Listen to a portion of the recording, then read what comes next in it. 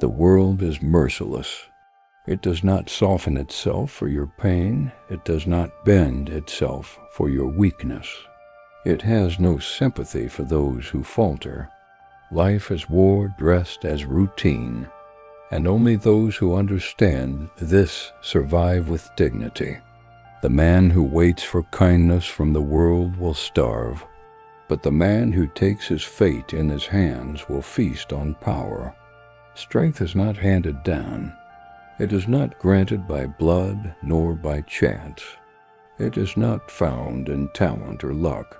Strength is forged in long nights of hunger, in silent rooms where no applause exists, in battles no one sees. It is born in the moments when you are certain you cannot go on, but you do anyway.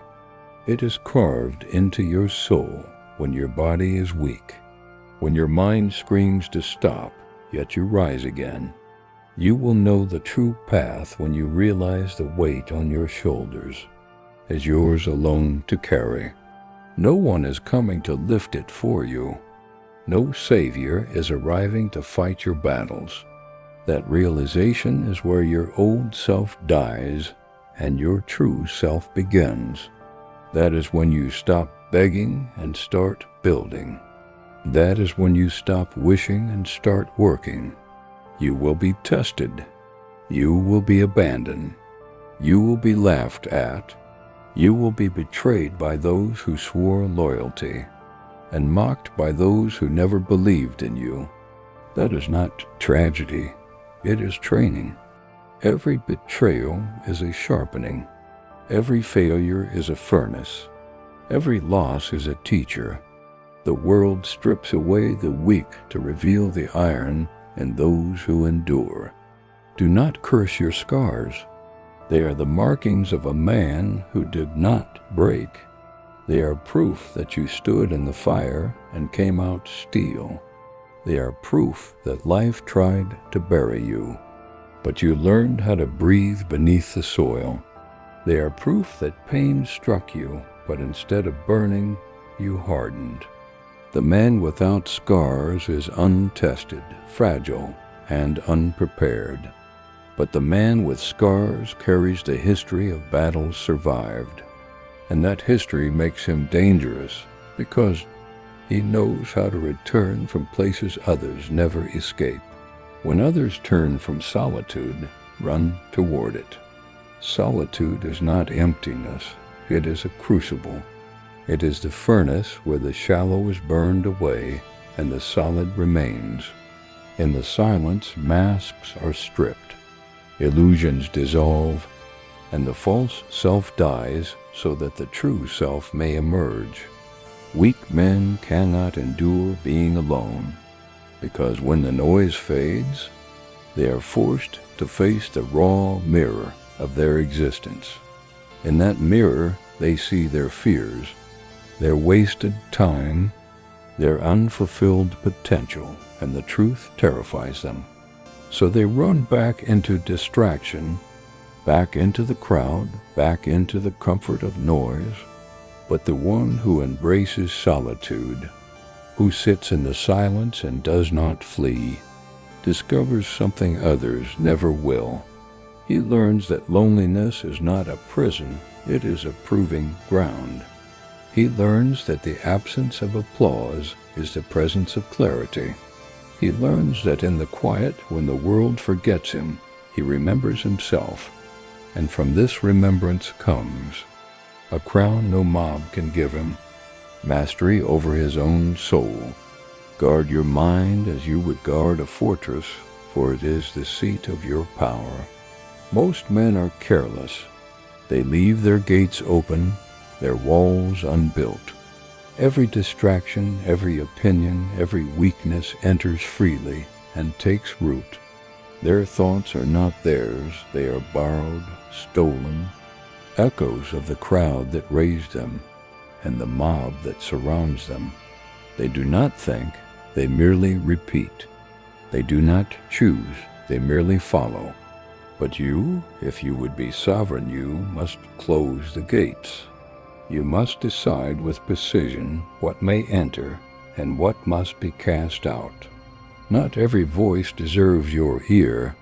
Not every idea deserves a throne in your mind. Discipline is the mortar of your walls.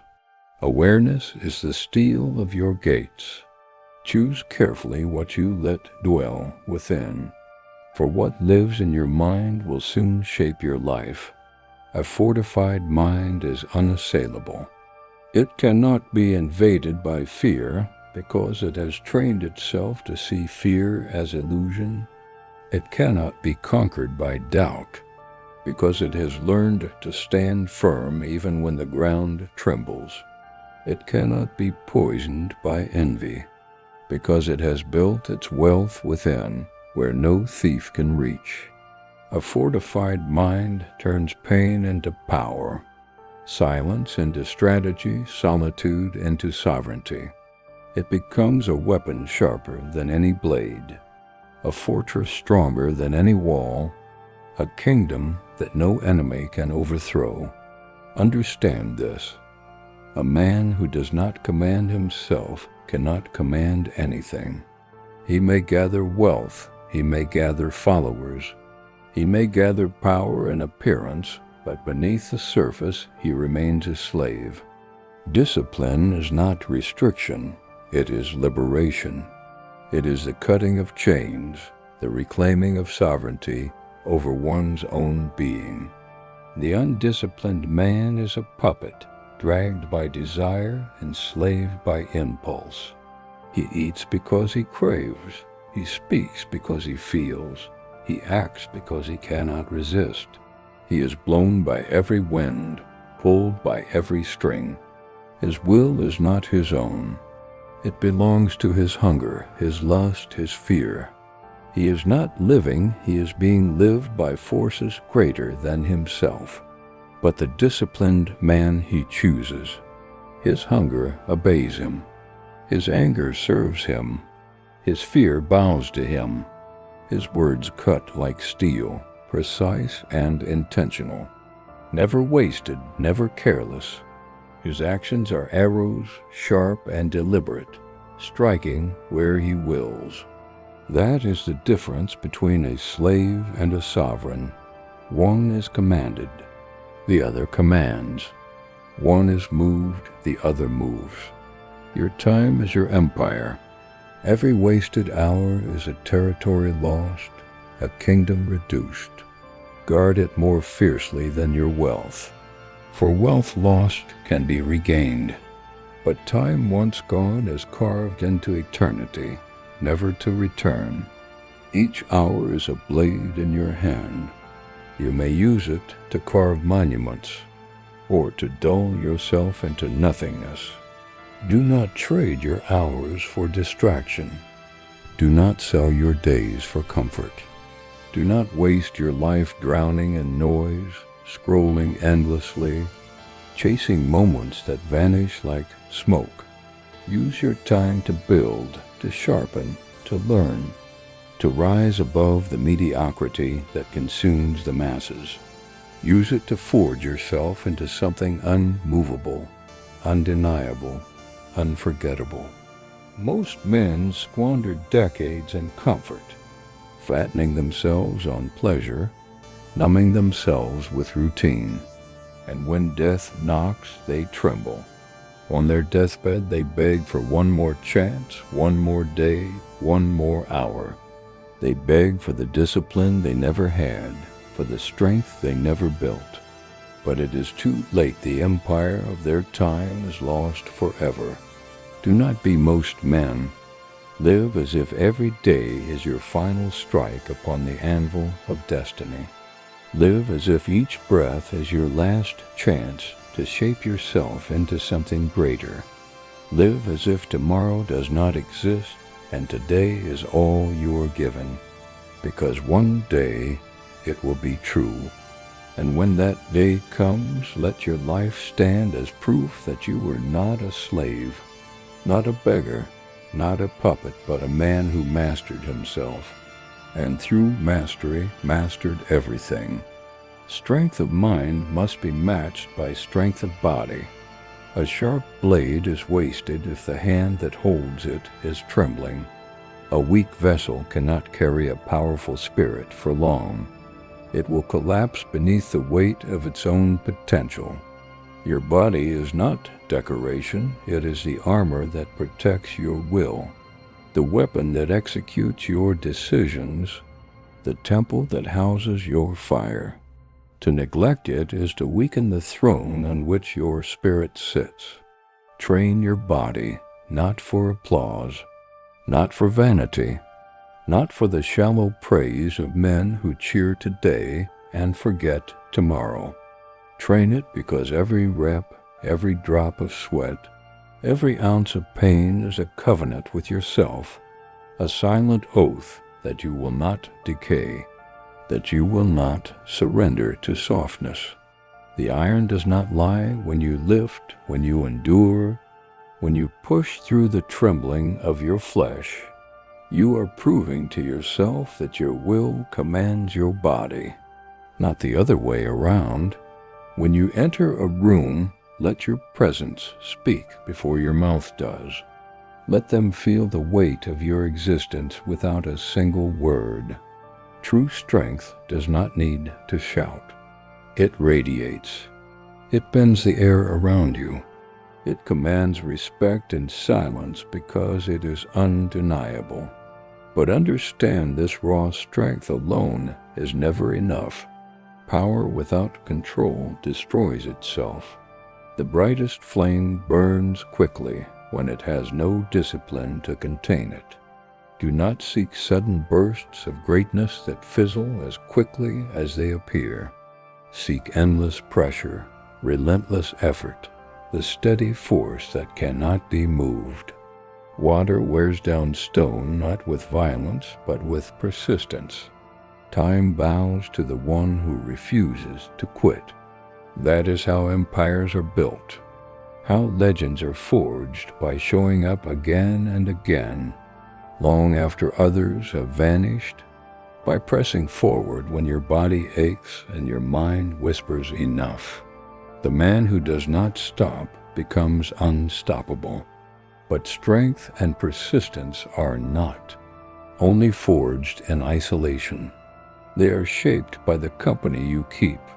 Beware the men you walk beside, for their fire or their rot will creep into you. If you walk with the lazy, you will learn their excuses until you believe them. If you walk with the weak, you will inherit their fears and bow to their doubts. If you stand among those who demand nothing of themselves, they will demand nothing of you, and together you will sink into decay. But stand among the relentless, and your spine will straighten. Stand among the disciplined, and their order will sharpen your own. Stand among the fearless, and their courage will burn into your bones, until you too cannot be shaken. Iron sharpens iron, and fire spreads from one flame to the next. But remember, rot spreads faster than fire, and decay is more contagious than discipline. Choose carefully who surrounds you, for they will shape the edge of your blade or dull it into uselessness. To be untouchable is not to avoid pain, it is to master it. It is to walk into the flames willingly, to breathe in the smoke and to emerge unscorched, not because the fire spared you, but because you learned to dance within it. Pain does not disappear, it becomes your instrument. Every strike against you is not destruction, but a lesson. Every wound becomes armor layered upon your skin. Every scar becomes a scripture written into your flesh, a reminder that you were hit, but you did not fall forever. Every collapse becomes foundation. Every failure, a stone in the fortress of who you are becoming. The untouchable man is not immune to suffering. He is carved by it, transmuted by it, until suffering itself bows before him. He does not resist the storm, he becomes the storm. He does not hide from chaos, he bends it to his will. He does not pray for lighter burdens, he forges himself into heavier steel. This is the secret most men will never accept, because it demands too much. The world bows only to those who refuse to bow to it. You cannot wait for permission. No one will invite you to the throne. No one will hand you the crown with gentle hands. You cannot wait for the right moment, because the right moment does not exist. You cannot wait for someone to bless your path, because no blessing will come. The crown is seized, not given. Power is taken, not offered. The throne is claimed by those who dare to rise when everyone else kneels. So rise with discipline when your body screams for comfort. Rise with fire when the world tries to drown you in doubt. Rise with solitude when others run to the crowd for validation. Rise with strength, not just of body, but of will, of mind, of soul. Rise with mastery, with precision, with a heart that no storm can shatter. Rise until you are unshaken, until you are unyielding, until you are untouchable. Do not confuse this with motivation. Do not mistake it for inspiration. This is not for the weak who seek comfort in empty words. This is survival. This is sovereignty. This is the law written not on paper, but on the battlefield of existence, the law of those who refuse to kneel. And when you stand, when you refuse to break, when you carry scars like metals and pain like fuel, you will know the truth. You were never meant to bow. You were meant to rise and rise again, until the world itself bends to the weight of your will.